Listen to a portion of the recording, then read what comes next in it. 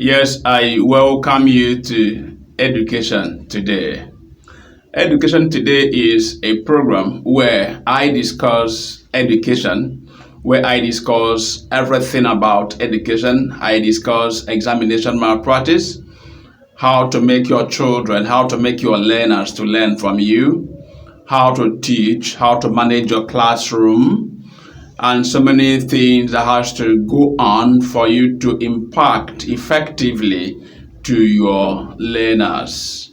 Today, I am going to discuss with you few emotional and psychological challenges that can affect your children, that can affect your learners not to take your instructions or not to understand your instructions, not to learn effectively from you.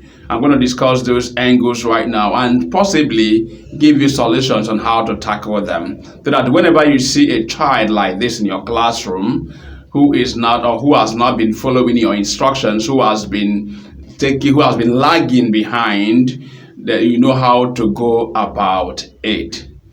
Remember, this is Education Today, and my name is Chidi Ikenna Amobi. Let's go. Few emotional and psychological challenges that can affect your child not to learn from you, not to take your instructions. Number one, low self-esteem. Low self-esteem. When a child is feeling that he or she is not good, that he or she has not been doing good, that he or she can never do good. When that child feels like this every time, when that child feels, I am not okay, I am not up to the level of these other people or this category of people in the classroom, then that child can never learn from you, no matter what you say, because the mind has been nurtured to believe that he is not worthy, he or she is not worthy to learn, he or she is not great to learn, so that child can never learn anything from you. Number two, fear of failure. When a child is being troubled within, that I know whatever I'm going to write now, whatever I write now, I am still going to fail. I know I don't know this. I've not been reading my books very well. I've not been taking first positions. I've not been passing very well. I know whatever I write in my classroom, I know I'm going to fail it. When a child has this mindset, that child will definitely not do well in your classroom. That child will always either fail your classroom, fail your instructions, fail your examinations, or not at all doing well, because the mind has been nurtured to believe that he or she cannot do well. And it's a very bad thing for a child to do like that.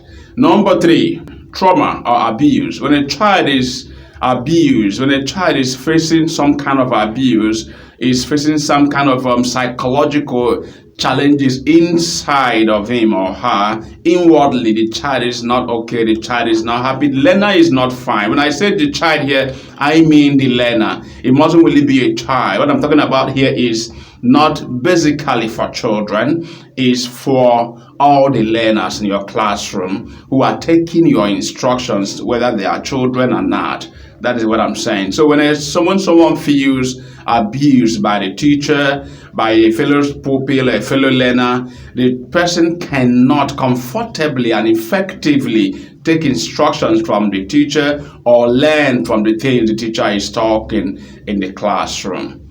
Number four, bullying. When a child is bullied, when a child faces some kind of bully from either the fellow learners or whoever in the society, in the classroom, the school system, that child will always be troubled and will always see himself or herself as a problem type or as the bullied type. So psychologically, he or she cannot comfortably pay attention to instructions in the classroom. He or she cannot comfortably and effectively follow the things that are being done in your classroom. And with that, by that in your classroom, and by that experience, the child will never learn. That learner will never learn from you. He or she will just be there to be there. You think you're talking to up to 10 persons, but one person is there physically but not there with you. So there are things to do to correct such situations. I'm going to discuss that at the end of the day.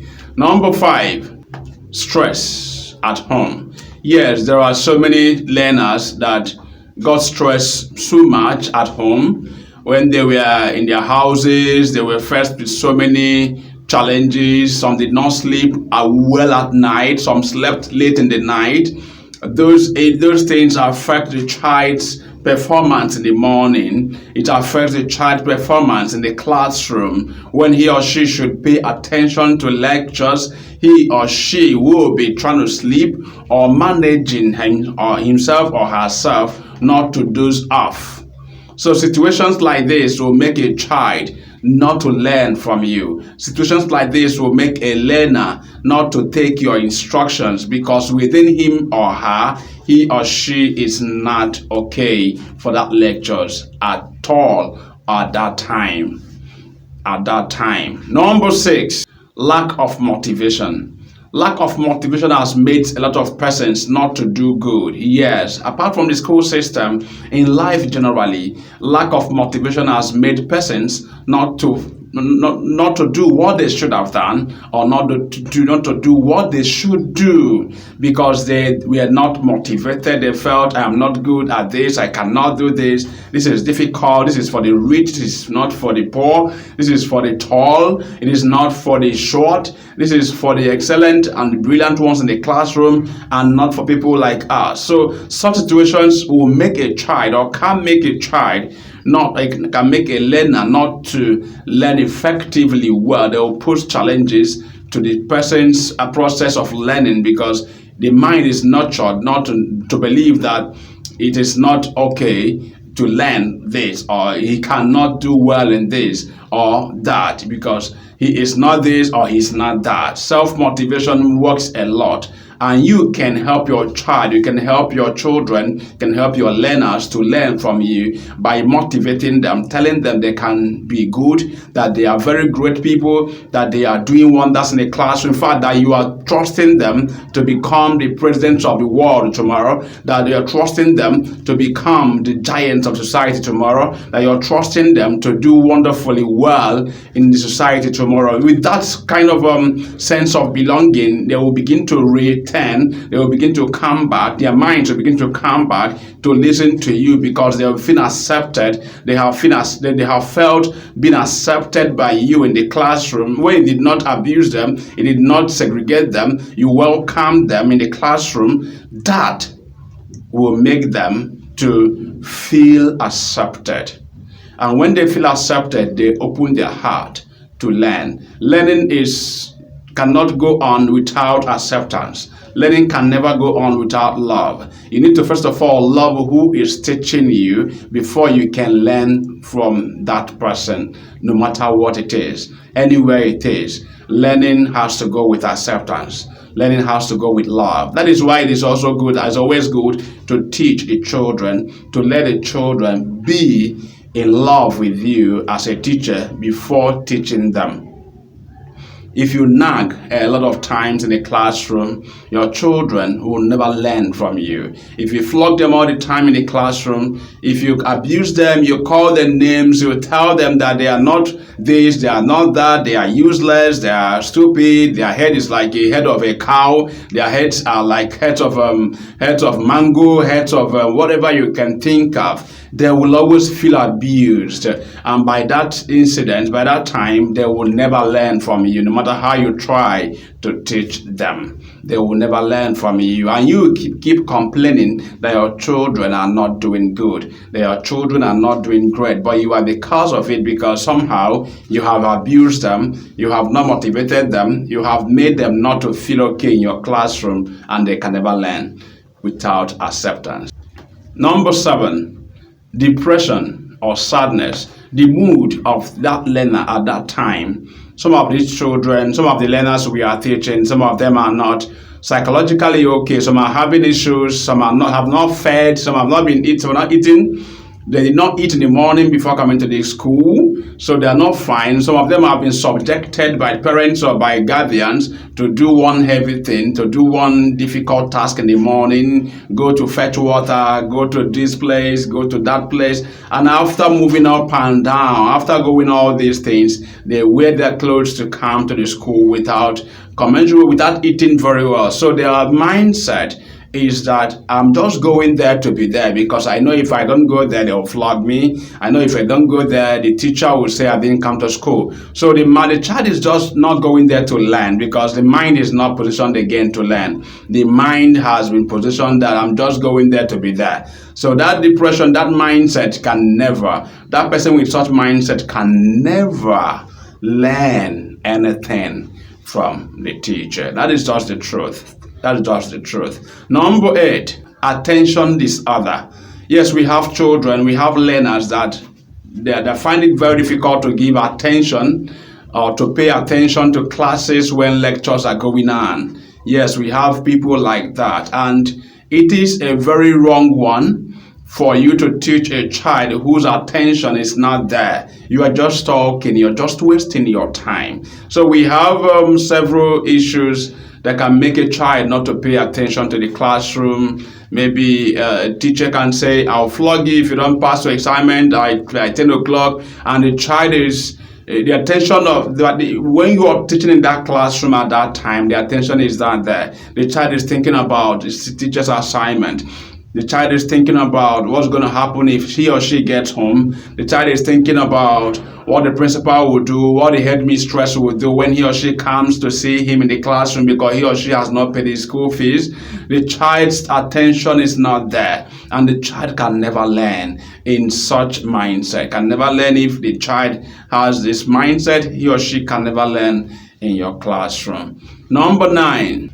Learning disabilities. Yes, we have learning disabilities. We have people that find it very difficult to learn in the classrooms. Yes, when such child is in the classroom and no matter what you say, the child can never learn from you. No matter what you say and how you say that, the child can never learn from you until you change your pattern, until he feels accepted, until he feels welcomed in the classroom. Then you change your pattern to accommodate him.